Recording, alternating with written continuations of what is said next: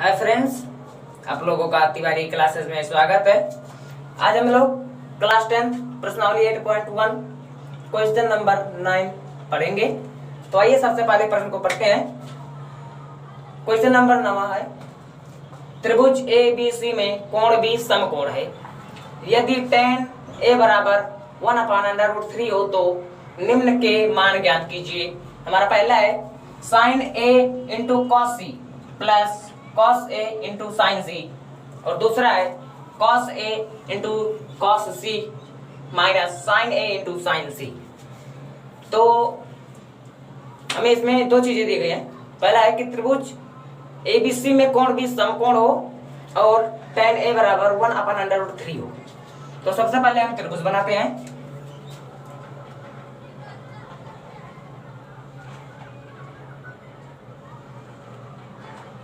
हमने एक त्रिभुज बना लिया जिसमें कहा है कि कोण भी समकोण हो। तो कोण भी हमारा जो है वो समकोण है ABC। तो B हमारा क्या है, समकोण मतलब 90 अंश। तो 90 अंश ये हो गया। और इसमें सबसे पहले लिखेंगे दिया है, दिया है। इसमें दिया है कि tan A बराबर 1/√3। तो 1/√3 तो tan का होता है लंब बटे आधार।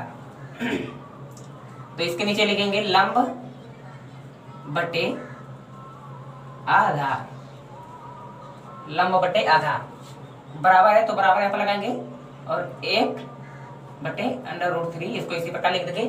तो लंब के सामने लिखा है 1, तो हमारा लंब हो गया 1। तो ये लंब है BC, क्योंकि tan A का है तो हम A को थीटा मानेंगे। तो A को जब मानेंगे तो इसके सामने की ये जो BC दिखाई दे रहा है वो लंब हो जाएगा। तो लंब हमारा है 1, लंब हमारा होगा 1 और √3 आधार। तो आधार AB है √3। तो सबसे पहले हम इसमें ज्ञात करेंगे, जब AB और BC का मान हमें मालूम है तो AC ज्ञात करने के लिए हम पाइथागोरस प्रमेय का इस्तेमाल करेंगे। तो आइए सबसे पहले लिखते हैं पाइथागोरस प्रमेय से।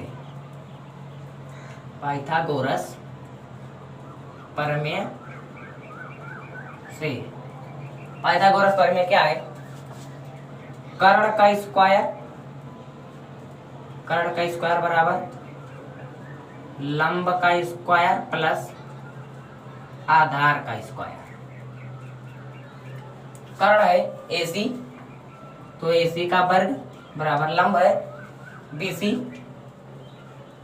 का वर्ग प्लस आधार है AB का वर्ग। तो AC में निकालना है तो इसको इसी प्रकार लिख देते हैं। और BC जो है, BC हमारा दिया है 1, तो यहाँ पर लिखेंगे 1 का स्क्वायर है तो स्क्वायर प्लस AB बराबर दिया है √3, तो √3 यहाँ पर हम लिखेंगे और ये वर्ग है तो इसी पर स्क्वायर लगा देंगे।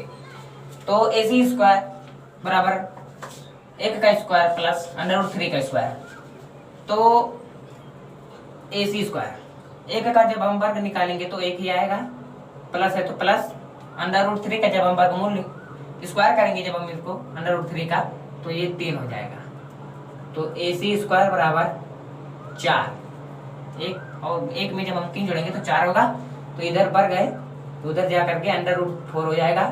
तो AC बराबर हमारा आ जाएगा 2। तो AC जो है हमें ज्ञात हो गया कि 2 है।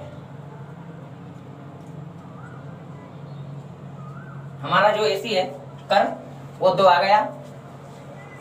तो हमें इसमें ज्ञात करना है, हमें इसमें निकालना है।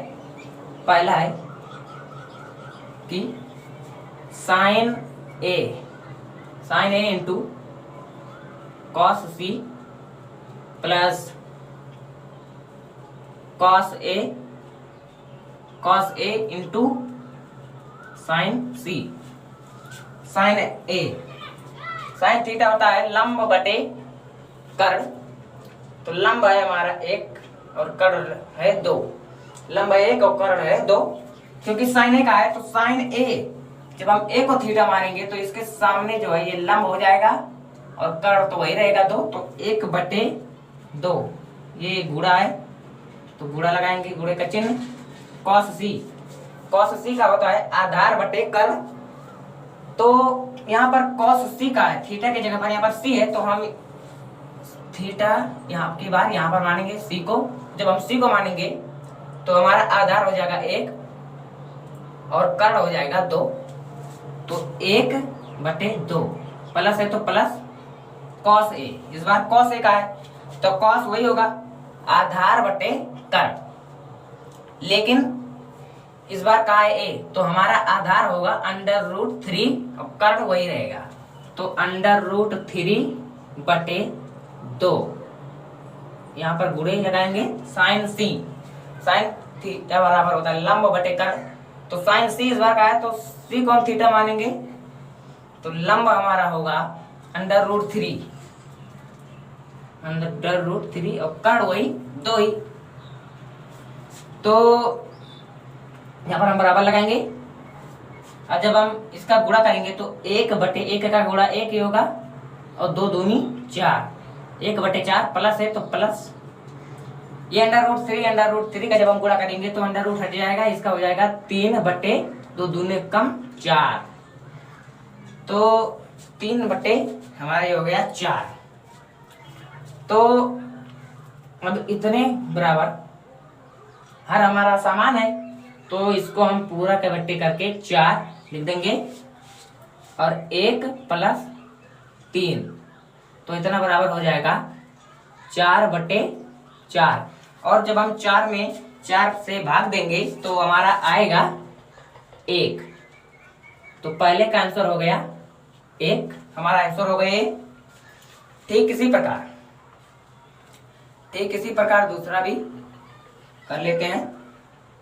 दूसरा है हमारा cos a into cos c minus sin a into sin c। तो cos a का मतलब आधार बटे कर्ण, तो आधार है cos a का है तो a को थीटा मानेंगे तो आधार हमारा हो जाएगा √3, तो लिखेंगे √3 बटे कर्ण होगा 2, √3/2 गुणे cos c, इसका भी आधार बटे कर्ण तो इसको मानेंगे तो आधार हमारा होगा 1 बटे कर्ण वही 2 ही रहेगा, माइनस है यहाँ पर इस बार तो माइनस लगाएंगे। sin थीटा बराबर लंब बटे कर्ण, तो इस बार a को थीटा मानेंगे तो हमारा लंब होगा 1 और कट वही 2 ही रहेगा, गुणे का चिन्ह यहाँ पर लगाएंगे। sin c का है तो sin थीटा वही लंब बटे कर्ण, तो लेकिन इस बार c का है यहाँ पे तो थीटा हमको इसको मानना पड़ेगा c को, तो जब हम इसको मानेंगे तो लंब हमारा हो जाएगा √3 और कर्ण वही 2, तो √3 का जब हम गुणा 1 में करेंगे तो √3/2 दूनी 4 माइनस जब हम 1 का गुणा √3 में तो √3/2 दूनी 4, तो √3 यहाँ पर हमारा इतना बराबर हो जाएगा 0, क्योंकि √3/4 माइनस √3/4 जब हम इसको निकालेंगे इसमें से इसमें तो हमारा आएगा 0। तो पहला हमारा दूसरा का आंसर हो गया 0 और पहले का आंसर हमारा आया है 1।